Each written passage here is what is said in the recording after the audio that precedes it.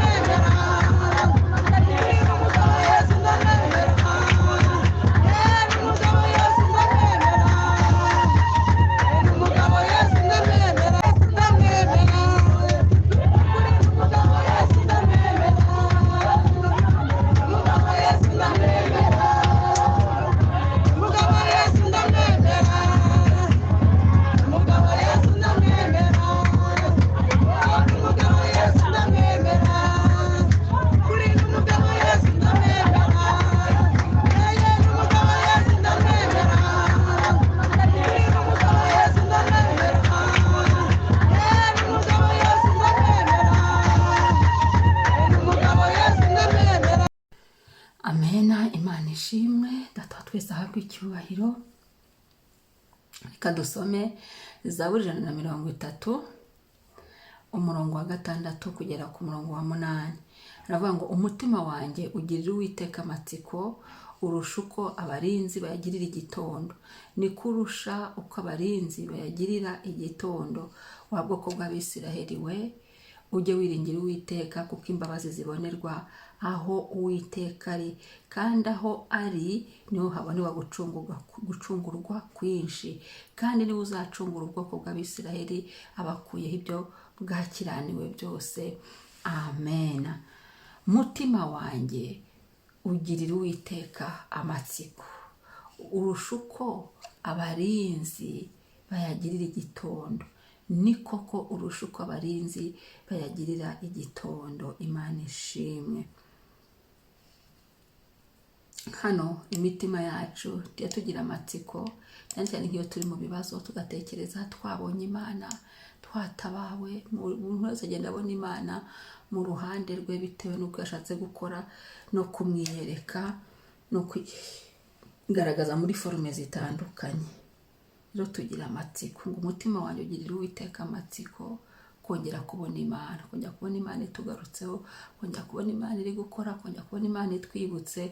Tubifitiye amatsiko, ni ukuri soko tutigeze kuyibona twarayibonye, twabonye imbabazi zayo, twabonye urukundo rwayo, twabonye ubuntu bwayo. Muri njye rero ngo mperutse kuyibona niyongere igaruke, cyane cyane iyo umuntu ari mu gihe bikomera, avuga ngo Mana ahantu nzahaba, nkumva afite amatsiko, cyangwa se ntanabone icyo gitondo cy'umugisha yakibona, icyo gitondo cy'ihirwe ko nawe cyamugera. Ariko ndagutangariza ngo kiriho igitondo cy'umugisha, igitondo cy'umunezero, igitondo cyo guseka mu izina rya Yesu Kristo, ko ni Imana itanga umunezero. Ngo tukiri mu isi izaduha umugisha kandi izaduha n'ubugingo. Uzagubwa neza uri mu isi ubona igitondo cy'ubutabazi, igitondo cy'ineza y'Imana, kandi uzagubwa neza ubona n'igitondo gihoraho kitazashira. Haleluya. Ngo wa bwoko bw'Abisiraheli we, wiringira Uwiteka. Uyu munsi ntabwo ari Abisiraheli gusa, twebwe tuvuga abacungujwe n'amaraso ya Yesu Kristo. Wa bwoko bw'abacungujwe amaraso na Yesu Kristo, ujya wiringira Uwiteka. Icyo usabwa no kwiringira Imana. Mwiringire urongera umubone, mwiringire. Haleluya. Kuko imbabazi zibonerwa aho Uwiteka ari. Imana itugirira imbabazi umunsi ku munsi, nta handi rero twakuriza imbabazi. Aho Uwiteka ari niho ziri, ngo kandi aho ari niho habonerwa gucungurwa kwinshi. Yesu ahora acungura ubuzima bwacu. Satani izi kuzimu zazikutse, Yesu akongera agacungura ubuzima bwacu. Imana yongera icungura ibyawe, icungura ibyawe byari binyanganyijwe, icungura ubuzima bwawe, icungura iby'abana bawe, icungura iby'urugo rwawe. Haleluya. Yesu ahora acungura ibyacu. Satani dusabirije, aho ibihe byari bidusabirije, aho iminsi yari Imana yongera icungure. Yesu yongera acungura ibyacu. Haleluya. Ibyo ashaka kudukubita hasi ntibikunda, kuko hariho gucungurwa. hariho gucungurwa. Ibi bivuze iki? Imana itanga ingabo nyinshi zigapfa ku bwacu. Haleluya! Iki gitondo wowe wa bwoko n'ab'Imana biciye amaraso ya Yesu Kristo, we wiringira Uwiteka, kuko imbabazi harimo zibonerwa. Imbabazi ziri kubonerwa muri Yesu. Nta handi wakura imbabazi, nta handi wakura ubuntu bwo kubabarirwa, ni muri Yesu. Kandi niho tubonerwa gucungurwa kwinshi, ni muri Yesu Kristo, ni mu buntu bw'igorogota niho tubonerwa gucungurwa. Uwiteka bihimbarizwe, Uwiteka bishimirwe ko atanga ingabo nyinshi zigapfa ku bwacu. Uyu munsi yongera atanga ingabo nyinshi mu buzima bwacu. Ibyo ashaka kudukubita hasi ntibikunda, ko hari Uwiteka uturwanirira umunsi ku munsi, ku manywa na nijoro, ahimbazwa kubw'imbabazi ze. Nyuma yo kubabarirwa nta rubanza, kwihana neza, kwiringira Imana biri buduheshe ubundi buntu. Ngo kandi niwe ucungura ubwoko bw'Abisiraheli abakwiye gukiranirwa kwabo. Niwe uducungura. Ubu ni twebwe bacungujwe n'amaraso ya Yesu Kristo, niwe uducungura. Haleluya! Adukureho kubabara, ngo abukureho ibyo bwakiraniwe byose, akadukuraho n'ibyaha byacu byose. Nyuma yo kwihana nta rubanza.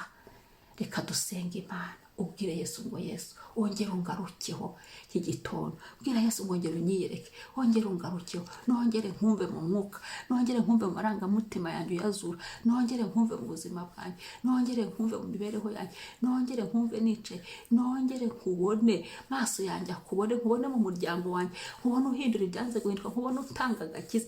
Bwira Yesu ngo nongere nkubone, nongere uducungure muri izi mpera z'umwaka, ibishaka kutwica n'ibyinshi, cungura ubugingo bwacu, utange ingabo nyinshi. Amaraso ya Yesu aturenge, imbabazi z'Imana zituramire, kuko tukwiringiye Mwami, kuko tugutegereje. Nta handi gutabarwa kwacu kuri ubibwire Yesu uretse kuri we waremye ijuru n'isi. Haleluya!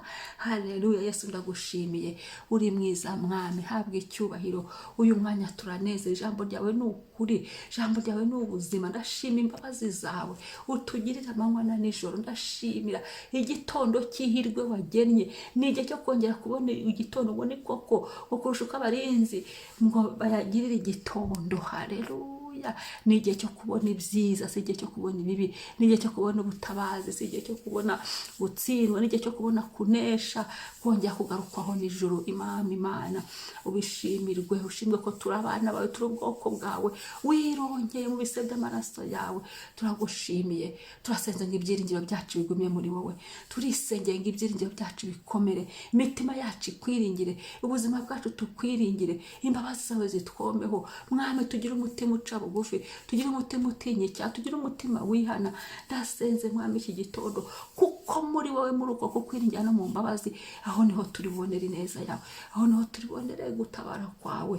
Udutabare Mwami kubw'imbabazi zawe.